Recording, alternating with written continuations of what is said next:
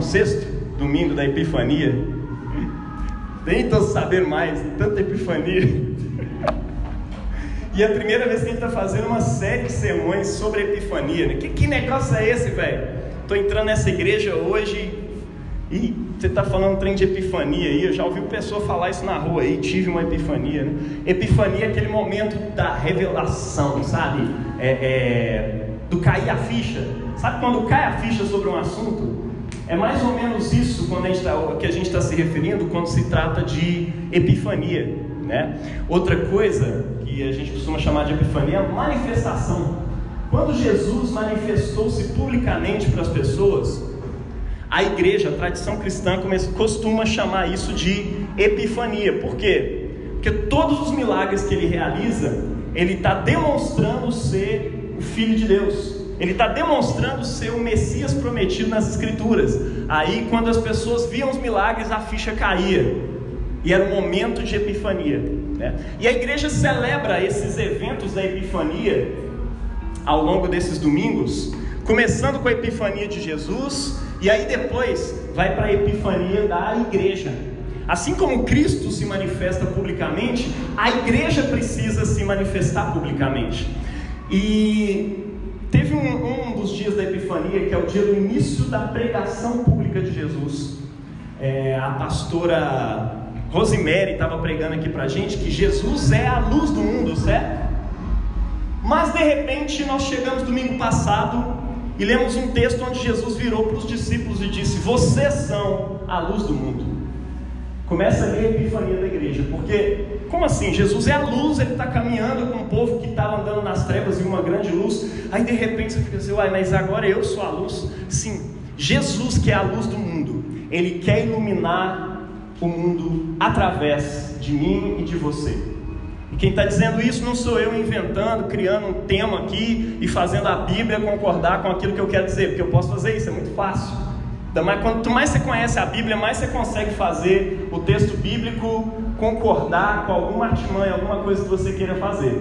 Mas eu não estou aqui para fazer isso, eu estou aqui para acompanhar aquilo que Jesus está dizendo. E o que Jesus disse é que a forma dele brilhar nesse mundo é mediada, é através da igreja. Todos os eventos da vida de Jesus que a gente comemora ao longo do calendário litúrgico, ao longo do ano, eles estão interligados. Por exemplo, o dia da ascensão de Jesus, o dia que Jesus sobe ao céu, ele fala algumas palavras que a gente não atenta muito, mas ele fala assim, eis que estou convosco todos os dias até a consumação dos séculos. Ele não disse assim, eu estarei. Ele fala que estou. Por quê?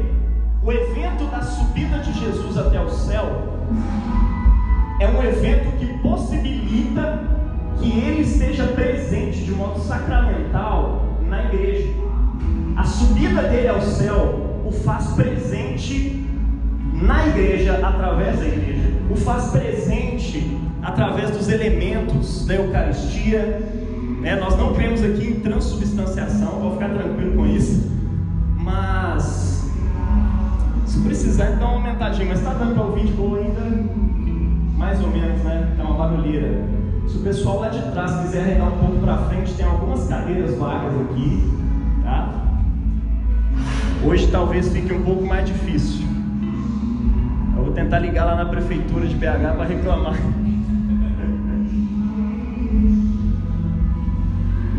Normalmente o pessoal reclama da igreja, né? Mas olha só, fica aí comigo, não perde não. O que eu estava falando? Já esqueci já.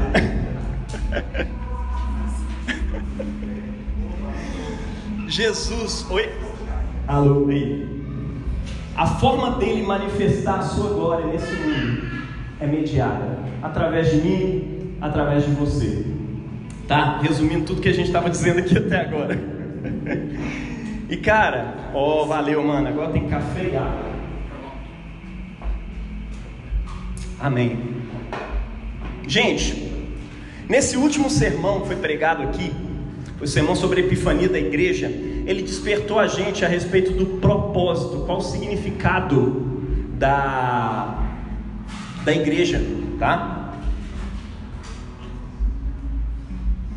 Nayara falou aqui que Jesus está dizendo: olha, vocês são a luz do mundo, vocês são o sal da terra, vocês são a forma como eu me manifesto para o mundo. Agora eu lembrei do que eu estava falando. A forma como ele se manifesta está conectado lá com a ascensão, né?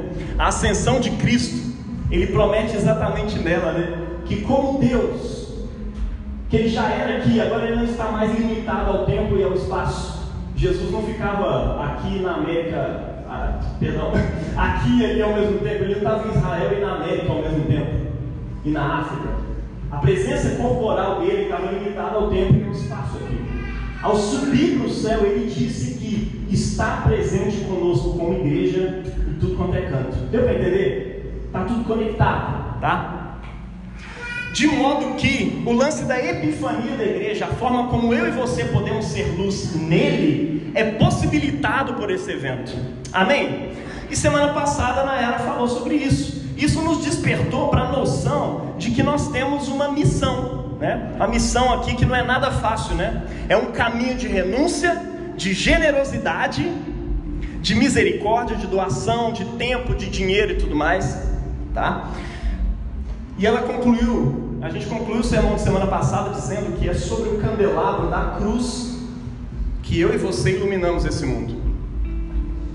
Jesus disse que uma candeia, um candeeiro, ele não pode ser colocado debaixo de um móvel, ele precisa ficar num lugar alto. Ele estava referindo à própria cruz dele mesmo, ao candelabro da cruz, onde ele crucificado pudesse iluminar o mundo. E é de lá, se eu e você somos a luz do mundo, é de lá que a gente ilumina o mundo, lá no alto, crucificado junto com Jesus.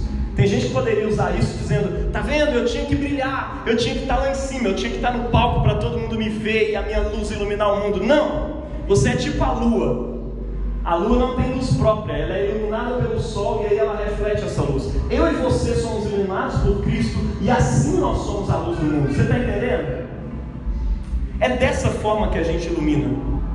Nós precisamos estar na cruz junto com Ele. Se nós não estamos na cruz junto com Ele, nós estamos entrando na frente da cruz e somos impedimento para a luz de Cristo brilhar. Mas a partir do momento que você está na cruz junto com Ele, sobre o candelabro da cruz, a luz que está em cima de você, o Espírito de Deus, brilha através da sua vida sobre a vida das pessoas. E como que esse brilho é a justiça que nós praticamos, as boas obras, né, que Jesus diz ali. É assim que a gente ilumina o mundo, é assim que a gente salga a terra. Tá, mas se é um caminho de negação, de autonegação, né, de justiça, de dedicação da minha vida à missão do reino de Deus, se eu vou ter que abrir mão, né, de tantos projetos pessoais para me poder servir a Jesus, quem é que vai cuidar de mim, né? Se a essa missão eu tenho que dedicar a minha vida, quem vai cuidar de mim? O que eu vou comer?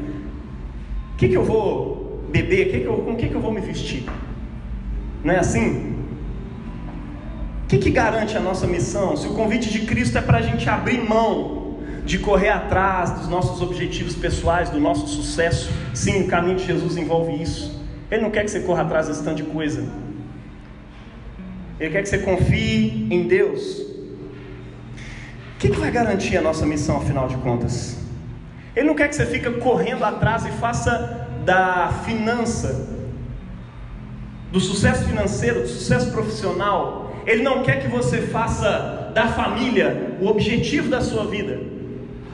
Tem gente que levanta a bandeira da família e acha que isso é bom para ser o objetivo da vida, mas não é, tá? Quanto mais sublime é uma coisa, quanto mais bela diante de Deus ela é, mais fácil é para ela se tornar um demônio na sua vida, para ela se tornar um ídolo na sua vida.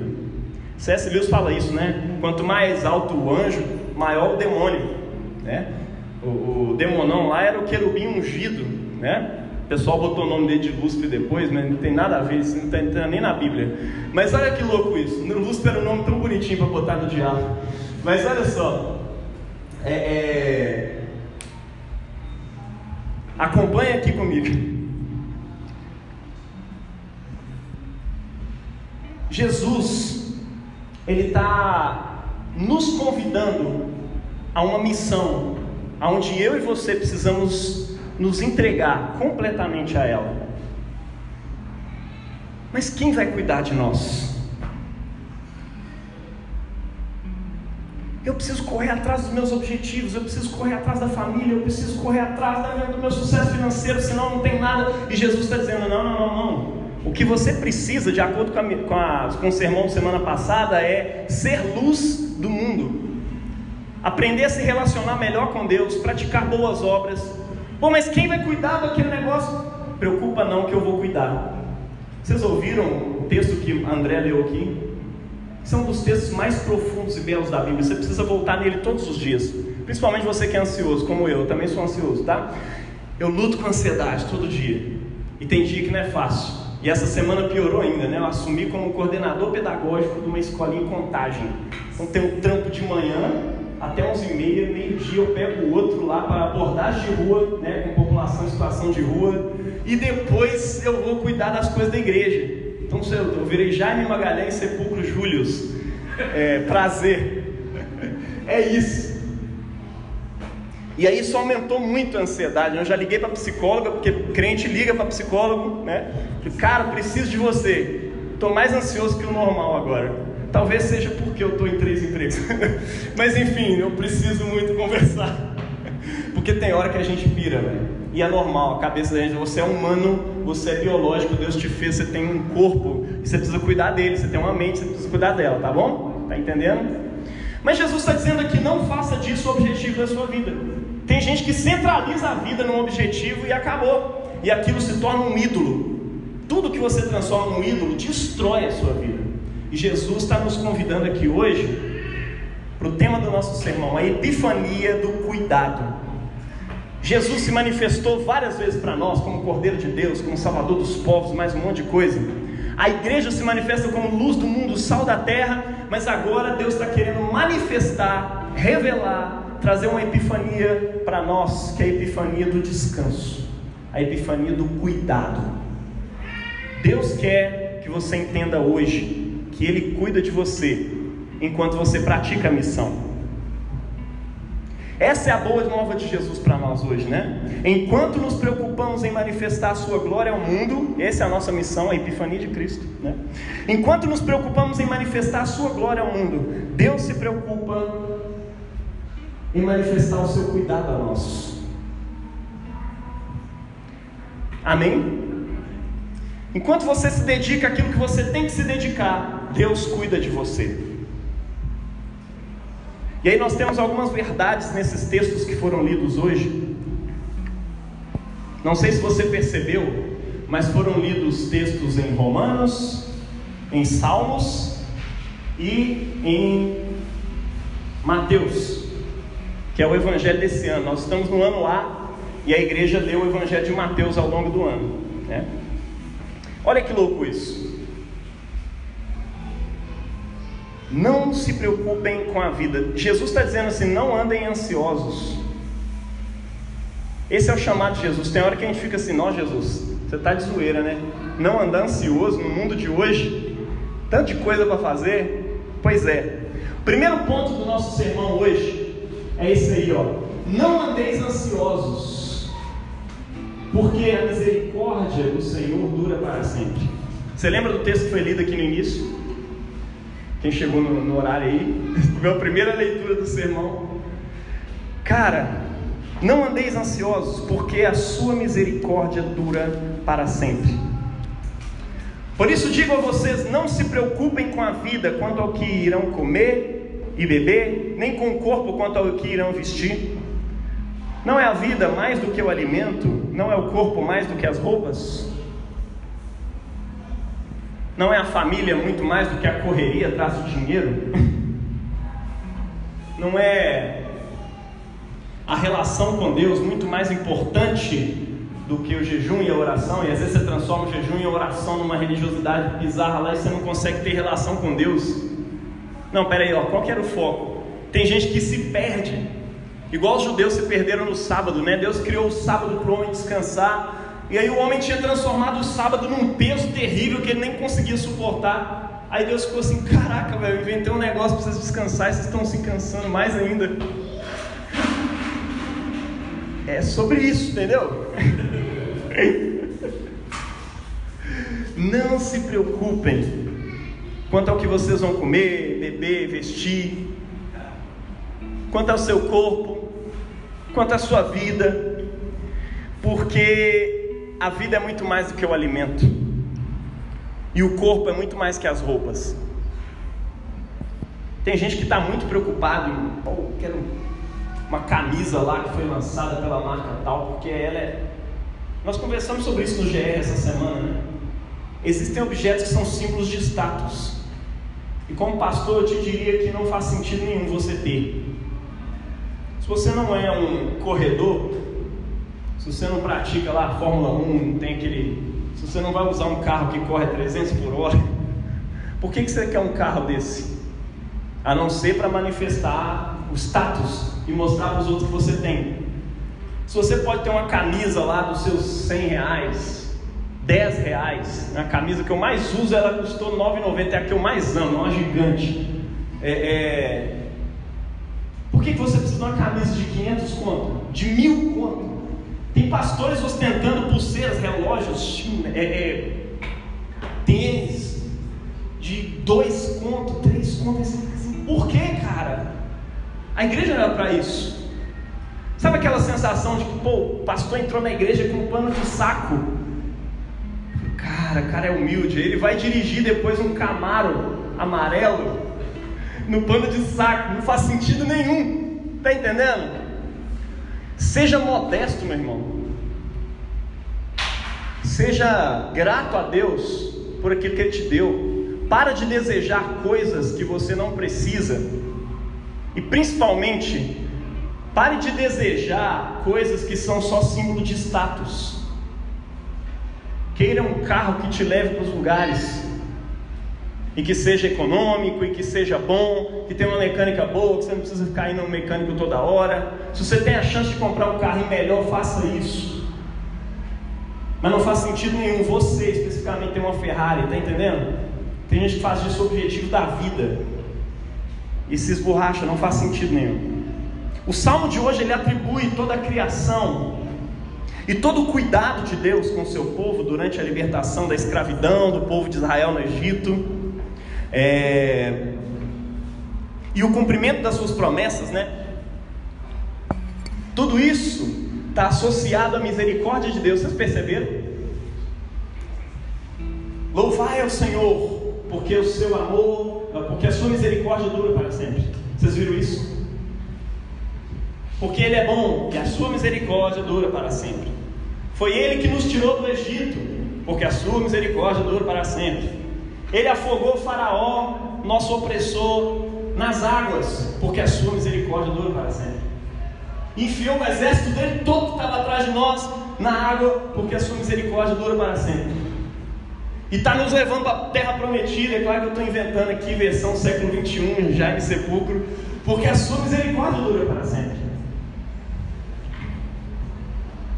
Nós temos um Deus todo-poderoso e pessoalmente envolvido, e que é misericordioso e que garante leveza, mesmo nos tempos difíceis. Eu e você podemos andar sem ansiedades, e nisso a gente peca todo dia. Quando for assim, fica assim: não, velho, meu pastor também pecou. Ele ficou ansioso. E o evangelho, ele precisa ser aplicado ao coração todos os dias. É por isso que a gente levanta e dedica a primeira hora do dia para fazer um devocional. Isso é importante. Ou pelo menos os primeiros minutos. Você tem um dia muito corrido, mas faça isso. Dedique o primeiro momento do seu dia a meditar na palavra de Deus, porque quando você faz isso, você começa a se livrar das ansiedades, porque você está diante de Deus. Você é colocado pela palavra diante de um Deus cuidador, de um Deus pastor, de um Deus que é Pai. Mas como que eu posso viver sem ansiedades, né? Primeiro, confiando que a misericórdia de Deus é o motor do seu cuidado. Deus cuida de você. Como? Pela misericórdia. Ele não cuida de você porque você merece, embora a nossa cultura e o nosso mundo ao redor diga o contrário, né? Mas o evangelho diz completamente diferente disso. O mundo diz: você merece ser feliz. E o evangelho diz: não, merece não, mas Deus vai te abençoar assim mesmo. está entendendo?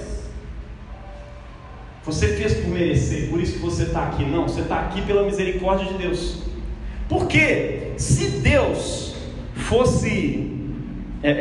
se o motor do cuidado de Deus por nós fosse a nossa reciprocidade pro amor de Deus, pensa no Johnny, por exemplo. Pensa no você, meu irmão. Agora olha para você. É assim que a faca vai entrando. Ai, Deus. Ah, Senhor. Se o motor do cuidado de Deus por nós fosse a nossa santidade prática, hein? Fosse o nível da nossa dedicação. Se o motor da misericórdia, se o motor, né, do cuidado de Deus por nós, só que não. O motor do cuidado de Deus, aquilo que move o cuidado de Deus por você, se chama misericórdia. Deus cuida de você, porque a sua misericórdia dura para sempre. É por isso que Jesus está conectado com esse salmo. Se tem um texto bíblico que Jesus lia sempre, que você vê nos lábios dele, são os salmos. E os apóstolos repetem os salmos o tempo todo. Acho que eles citam mais os salmos do que a lei, os profetas, porque os salmos são um resumo da lei dos profetas. Então ele está o tempo todo ali conectado e falando sobre isso. Ele fala sobre profecias nos salmos, é muito louco. Leia os salmos, meu irmão. Faz uma coisa, a igreja tem uma tradição que chama Lectio Divina. Você vai lendo e relê, uma coisa de retardado. Mas na quinta vez que você está lendo, caraca, eu não tinha percebido isso. Aí quando você lê de novo aquele mesmo texto, rapaz, eu devia ter lido mais a Bíblia assim na minha vida. Mas você deu aquela de esperto e quis ler um monte de livro de uma vez. Não, eu sou bom, eu leio uns 10 livros por dia. Não capta nada dos livros. É claro que tem como você captar uma mensagem geral, né? Mas tem coisas ali que Deus está querendo falar com você que precisa ser digerido. É tipo você comer comida sem mastigar. Você engole lá aquele arrozão, feijão, um pedaço de carne, vai tudo, não digere nada. Comida do céu precisa ser mastigada, digerida. Essas coisas inclusive são metáforas para o cuidado de Deus comigo e com você. Você está entendendo? Deus quer que você mastigue a palavra, medita nela todos os dias, para você entender que o motor do cuidado de Deus por você é a misericórdia dele. É como eu amo o João e o Davi. Se você for ansioso, ele vai cuidar de você do mesmo jeito, só que você não vai perceber o cuidado dele por você. E você vai continuar se descabelando e de repente você, olha, Deus cuidou de mim. Pois é, meu filho, eu estava tentando explicar isso, mas você não entendeu. Você poderia ter ficado sem descansar, até porque Jesus falou que a sua preocupação não resolve nada, né? Quem de vocês, por mais que se preocupe, pode acrescentar um côvado ao curso da sua vida? Essa aqui é a parte que Jesus dá um horiuga, bem no estômago. É Jesus perguntando, Vicky, se você está preocupada demais, você consegue entender que a sua preocupação não vai resolver nada? O mal está aí, vai acontecer, já aconteceu. Claro que a coisa já deu merda, não tem jeito de mudar nada. E a sua preocupação não vai acrescentar em nada, não vai resolver problema nenhum. Então para que você está preocupado? Confia, você tem um Deus que cuida de você. Uma segunda forma de você fazer isso, né? A primeira forma de você não andar ansioso é você confiar que é a misericórdia de Deus que é o motor do cuidado dele por você. O segundo é você contemplar a sua história, igual o povo de Israel está fazendo aí nesse salmo. Contempla a sua história. Lembra de quando você era criança, vai lembrando do tempo que você foi crescendo, quanta loucura aconteceu e como Deus foi cuidando de você para que você estivesse aqui hoje. É isso que esse salmo faz, o salmo que a gente leu hoje. Ele nos cuidou porque a sua misericórdia dura para sempre. Ele nos levou para o Egito porque a sua misericórdia dura para sempre. A gente sofreu porque a sua misericórdia dura para sempre.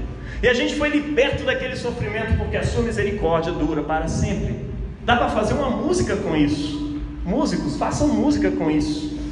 Veja a sua história aqui até aqui como episódios do cuidado misericordioso de Deus por você.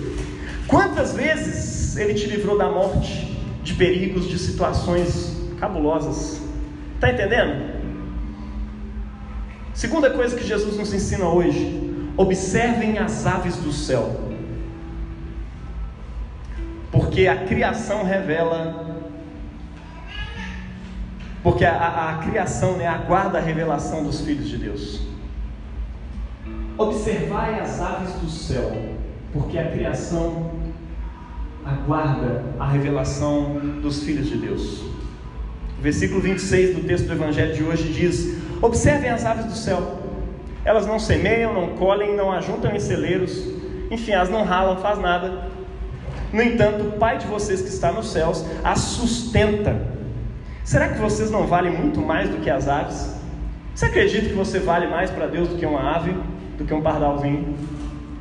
Nada contra os pardal, nada contra os pombos, mas você vale um pouco mais. Não é no sentido daquele valor que uma pessoa vegana veio falar como é que Jesus era bizarro, como assim? Existe uma hierarquia, tem um bicho que ele gosta mais do que o outro, que não sei o quê. Mas a questão é que você foi criado à imagem de Deus. É como o valor que eu dou para o meu filho é diferente do valor que eu dou para você, entendeu? Você é meu amigo, eu amo você, mas entre você e meu filho, eu amo muito mais meu filho. Ele é a minha imagem, tá entendendo?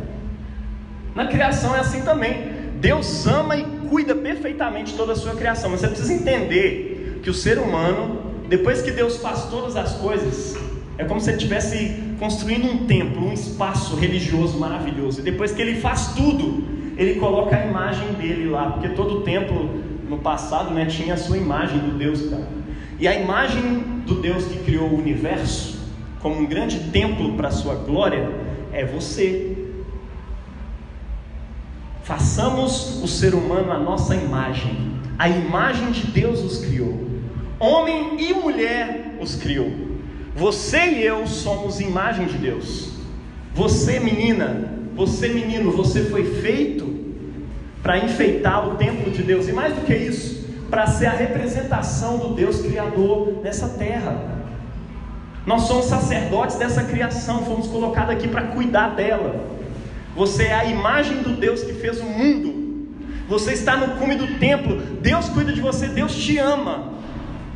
Ele tem um cuidado com você ainda maior do que o dos pardais. É isso que Jesus, a manifestação real de Deus, está dizendo para nós hoje. Você crê nisso? Nós precisamos ver o mundo como um sacramento. O que é sacramento, né? A gente é anglicano. Normalmente anglicanos, católicos, presbiterianos, luteranos, tem esse lance aí do sacramento. E eu vejo que isso aí está diversificando, está indo para as igrejas tudo. Estou vendo Batista falando agora de sacramento, está muito massa, eu estou gostando. Porque é uma visão massa, porque sacramento é um sinal visível da graça invisível de Deus. Nós somos cheios de sinais visíveis dessa graça. Jesus, através do pão e do vinho, Ele nos dá um sinal visível, que é o pão. É o sinal visível do corpo, que eu e você não vemos com os nossos olhos agora. Aquilo que os discípulos tiveram o privilégio de ver. Mas Ele falou, olha, isso é o meu corpo. Aí você fala, como? Não sei, isso é um mistério. A gente chama de mistério da fé. Não é verdade? É o sinal visível de uma graça espiritual e invisível.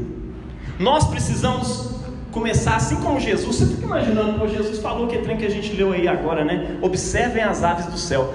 O Deus Todo-Poderoso se encarnou e Ele se dava ao trabalho de ficar sentado olhando as aves. Você tem noção? Ele ficava contemplando a natureza. Ele não falou isso aqui à toa. Ele falou, primeiro, que o pessoal vivia naquele contexto. Segundo, porque ele ficava olhando as aves e contemplando e se maravilhando e vendo o cuidado de Deus enquanto ele olhava para a natureza, para a criação. Ele olha os lírios do campo e fala, que coisa linda. Observem como eles crescem. Aí você está num mundo tão agitado, andando para lá e para cá, que você não consegue olhar para o lírio. É claro que aqui em BH não tem, mas tem alguns lugares. Talvez você pode ir lá na Lagoa da Pampulha, ou você pode contemplar uma plantinha que cresce no seu jardim, ou no lixão, que até no lixão nasce flor, só para lembrar. Ou você pode contemplar na fresta ali da pista, da rua, sabe? Começa a crescer um matinho, porque a gente jogou cimento em cima de tudo na criação, mas cresce ainda assim um matinho ali. Observe como ele cresce. Cara, Jesus é o tipo de pessoa que ficava contemplando essas coisas. Ele não era o tipo de pessoa que ficava correndo para lá e para cá. Se você ler a Bíblia e não conseguiu observar que Jesus era um observador da natureza e ficava ali fazendo conexões, você perdeu, você não captou Jesus ali de verdade. Então ele via a natureza, ele via a criação como um sinal visível da graça, da misericórdia de Deus. Porque Deus cria tudo, porque a sua misericórdia dura para sempre. A criação é um sinal visível da misericórdia de Deus. A plantinha só cresceu porque Deus teve misericórdia. Você só está vivo hoje porque Deus teve misericórdia. Tudo isso é um sacramento da misericórdia de Deus. Precisamos olhar como Jesus e ver o amor de Deus em cada ato da criação, em cada ser humano, nos objetos, nas matérias que nós estudamos, na sociedade, na cultura. A gente precisa ver. Isso não é ser anticientífico, tá? Tem gente que acha que isso é ser anticientífico. Os grandes cientistas, inclusive o Darwin, escreveu lá A Origem das Espécies, ele olhava para a criação assim, falou, isso aqui é a criação de Deus, veja como Deus fez as coisas. A fé, ela está no nível mais básico da relação da gente com o mundo, tá? Até um ateu, ele tem fé, ele precisa exercitar as premissas dele, porque elas também não são científicas. É importante a gente lembrar isso sempre, né? O que é científico? O que é científico é o funcionamento do mundo, é o como as coisas funcionam, isso é científico. Aí o psicólogo consegue observar como a mente humana funciona, mas ele não consegue acessar o espírito, a alma. A gente observa como é que a sociedade funciona quando acontece isso e aquilo. Aumenta o nível de pobreza, desigualdade, aumenta o nível de criminalidade. Por quê? Porque o ser humano é assim. Em condições de temperatura e pressão, tal objeto, tal elemento se comporta desse jeito. Isso é ciência, porque ela está dizendo como a criação funciona, tá? Agora, de onde essas coisas vieram, para onde elas vão, qual o sentido delas, qual o propósito delas, meu irmão, a ciência não te dá essa resposta. Você pode dizer como que um café foi feito, mas não tem como você falar a respeito do sentido dele. O sentido foi ter feito aqui para nós tomarmos, para a gente se deliciar aqui no café e tudo mais. Isso você não faz cientificamente. Você consegue descrever como essas coisas funcionam cientificamente. Com o propósito das coisas, com o propósito da vida, você se relaciona com isso pela fé, por uma confiança. Ah, não, mas o cientista diz que ele analisou e pela ciência o mundo não foi criado, ele não foi originado por Deus. Não, pela ciência, vírgula. Pela ciência esse mundo tem alguns bilhões de anos de fato. Pela ciência você vê como ele foi formado, como é que ele se desenvolveu, mas você não vê o sentido, você não vê o propósito, você não vê a origem. Para isso a pessoa tem que dar um salto e acreditar que foi uma outra coisa. E acreditar que esse mundo não tem um sentido, acreditar que o ajuste fino do universo é só mera obra do acaso, não é verdade? Para isso você tem que ter fé também. Eu, o ateu que defende essas coisas, tem muita fé, tá? Assim como eu e você podemos olhar para o mundo como um sacramento da misericórdia de Deus e sermos ótimos cientistas e analisarmos muito bem como as coisas funcionam e não usar a ciência para te dar respostas que transcendem aquilo que a ciência foi feita para ser. Está entendendo? Não é ser anticientífico você olhar para a natureza como Jesus e como os salmistas olhavam. Interessante é que, enquanto o evangelho de hoje, né, ele revela Deus, que Deus mantém a criação, Paulo fala com os romanos que a criação está sujeita à vaidade e ao cativeiro da corrupção. Como assim? Jesus fala um trem, Paulo está falando outro, né? Entretanto, essas ideias, elas não entram em conflito, elas não estão em conflito, mas sim elas revelam principalmente duas coisas. Não existe nada, nem ninguém nesse mundo, nesse universo, que não esteja debaixo dos cuidados de Deus, mesmo quando existe pecado e corrupção envolvidos. O mundo está sujeito à vaidade, ele aguarda a manifestação dos filhos de Deus para que ele seja transformado e volte a ser aquilo que ele foi feito para ser. Mas mesmo assim, Jesus olha para esse mundo caído, afetado pela queda humana, e ver a graça e a misericórdia de Deus ali. Nós precisamos fazer o mesmo. Você consegue ver a graça de Deus na música de Caetano?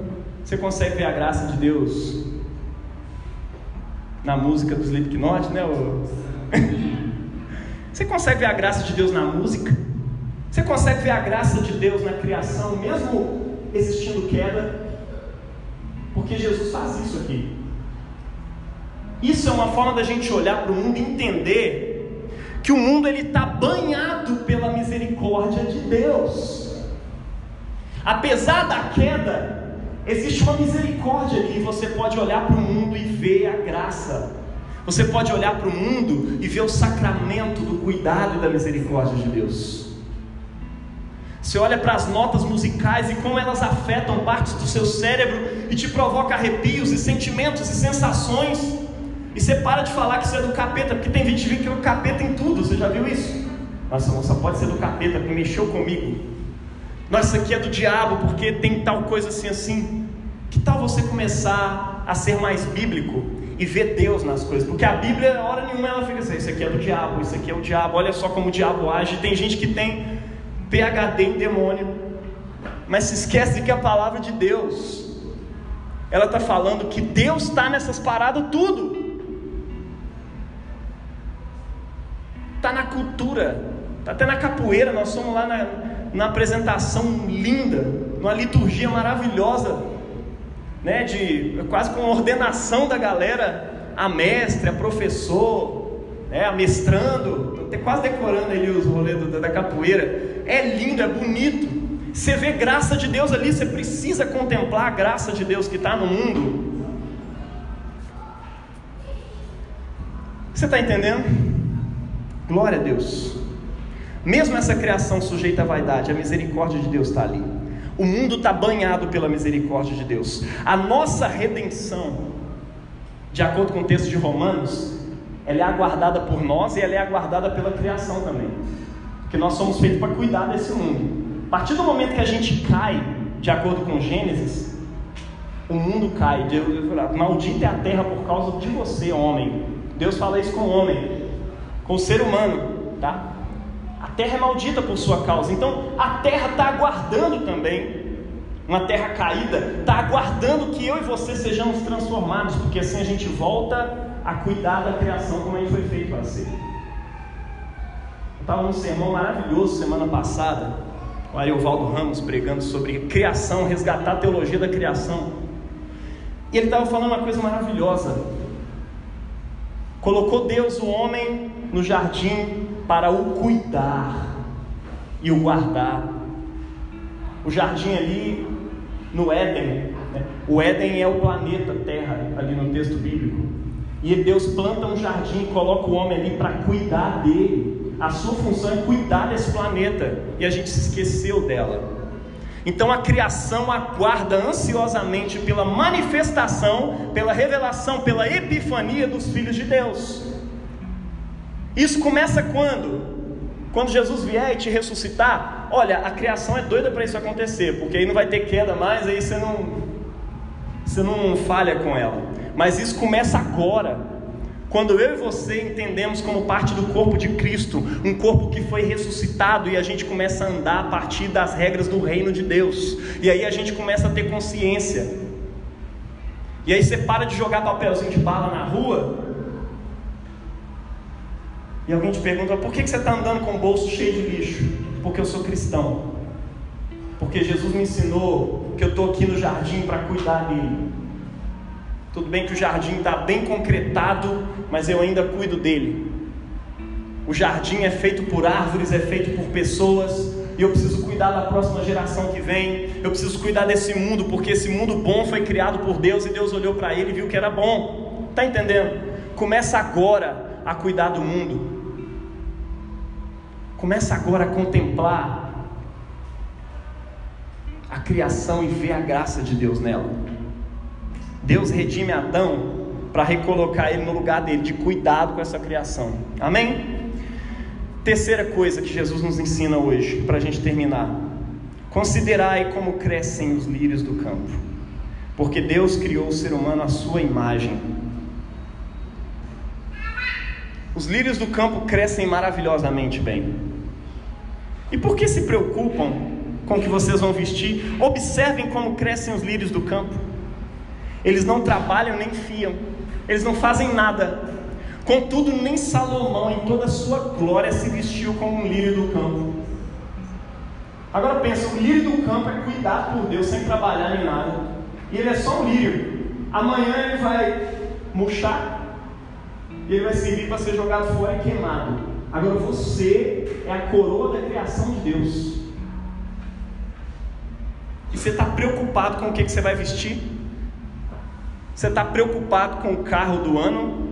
Você está preocupado com aquela roupa legal? Você está entendendo a deslógica aí? Ele quer que você entenda, olha, Deus cuida tão lindo do lírio do campo. Você precisa ver o lírio. Tem gente que não consegue entender o cuidado de Deus sobre si, porque ele não consegue ver o cuidado de Deus sobre o lírio, porque ele costuma pisar em cima.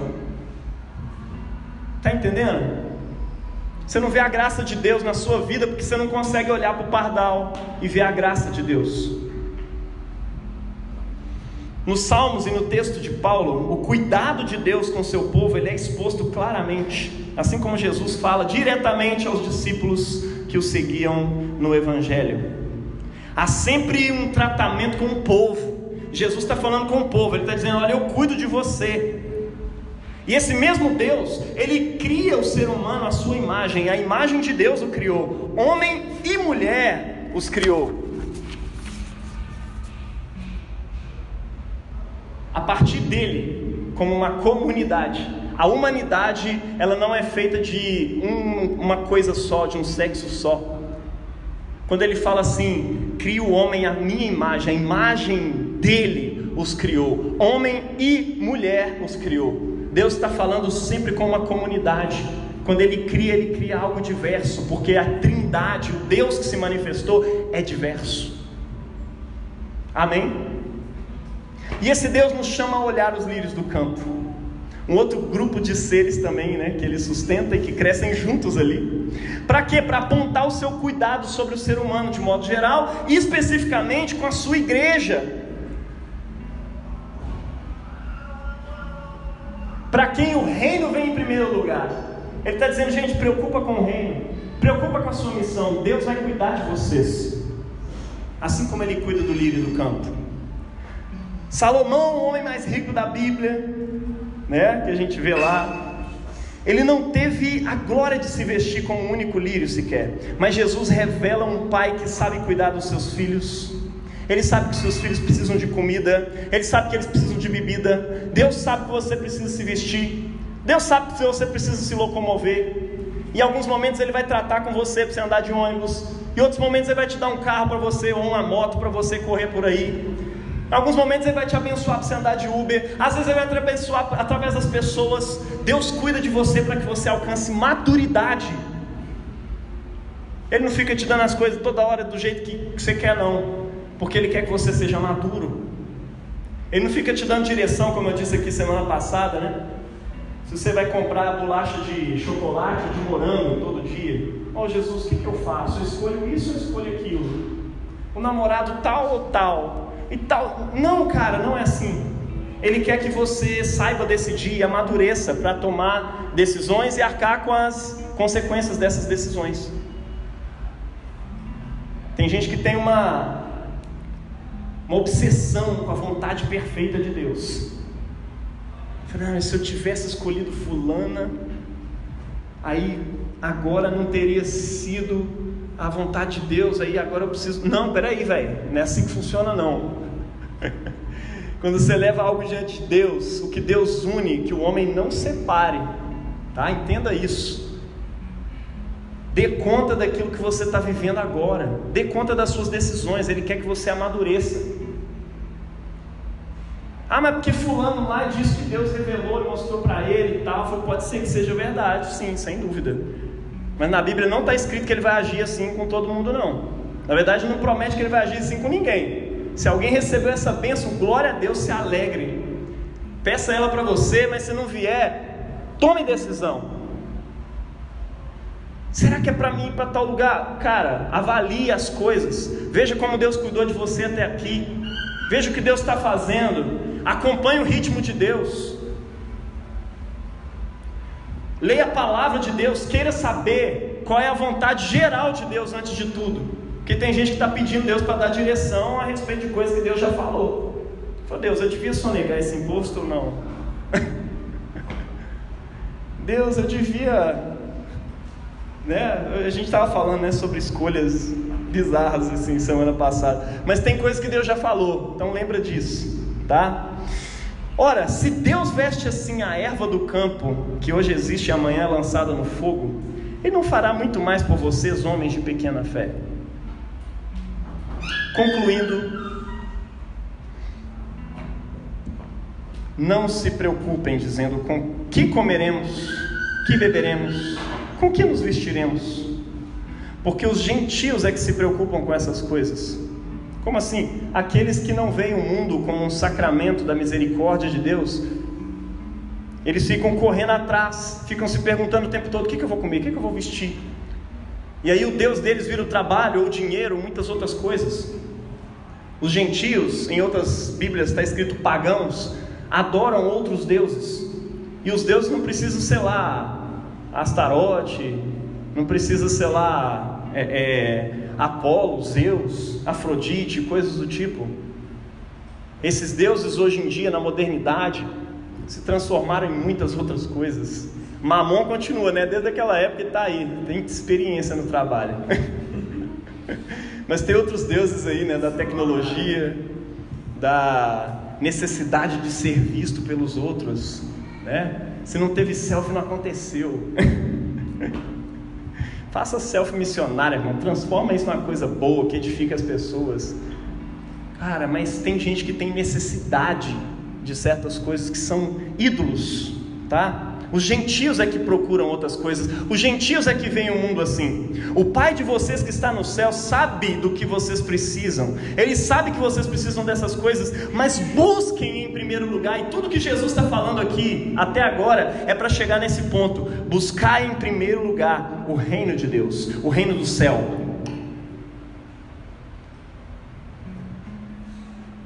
E a sua justiça, e todas as coisas lhe serão acrescentadas. Portanto, não se preocupem com o dia de amanhã, pois o amanhã trará os seus próprios cuidados. Basta cada dia o seu próprio mal.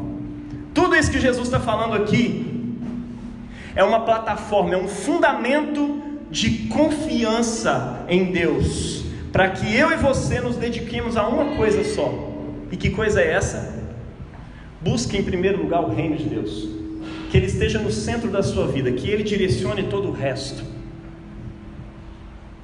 que Ele seja o centro para o que todas as outras coisas apontam. Eu já disse aqui, mas vale repetir: não é uma hierarquia. Eu vou buscar o reino de Deus primeiro, isso é orar. Eu vou resolver as coisas da igreja primeiro, vou fazer tanto isso, aí depois da minha esposa, depois meus filhos, depois...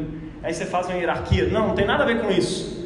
Jesus está falando a respeito do Evangelho, a respeito de o reino de Deus, o reino dos céus, o propósito de Deus ser o centro, em torno do qual as outras coisas giram. O cuidado dos filhos gira em torno do reino de Deus. A sua relação, o seu casamento gira em torno do reino de Deus. O seu trabalho gira em torno do reino de Deus. A sua busca por finança, por dinheiro, gira em torno do reino de Deus e da sua justiça, das boas obras que devem ser manifestadas para iluminar o mundo. O reino de Deus, ele está em Cristo e na sua igreja. Confiem para buscar a Cristo e permanecer em sua igreja. Confiem para fazer a coisa certa de acordo com o reino de Deus, e essas coisas vos serão acrescentadas. Sabe esse tanto de preocupação que você tem? Isso vai te ser acrescentado. Deus vai te garantir no meio desse caminho. Você crê nisso? Deus, através de Cristo, que é a sua misericórdia encarnada, Ele continuará cuidando de nós. Você crê? E Ele vai continuar cuidando através de nós desse mundo, dessa criação, por meio da justiça, independente das adversidades.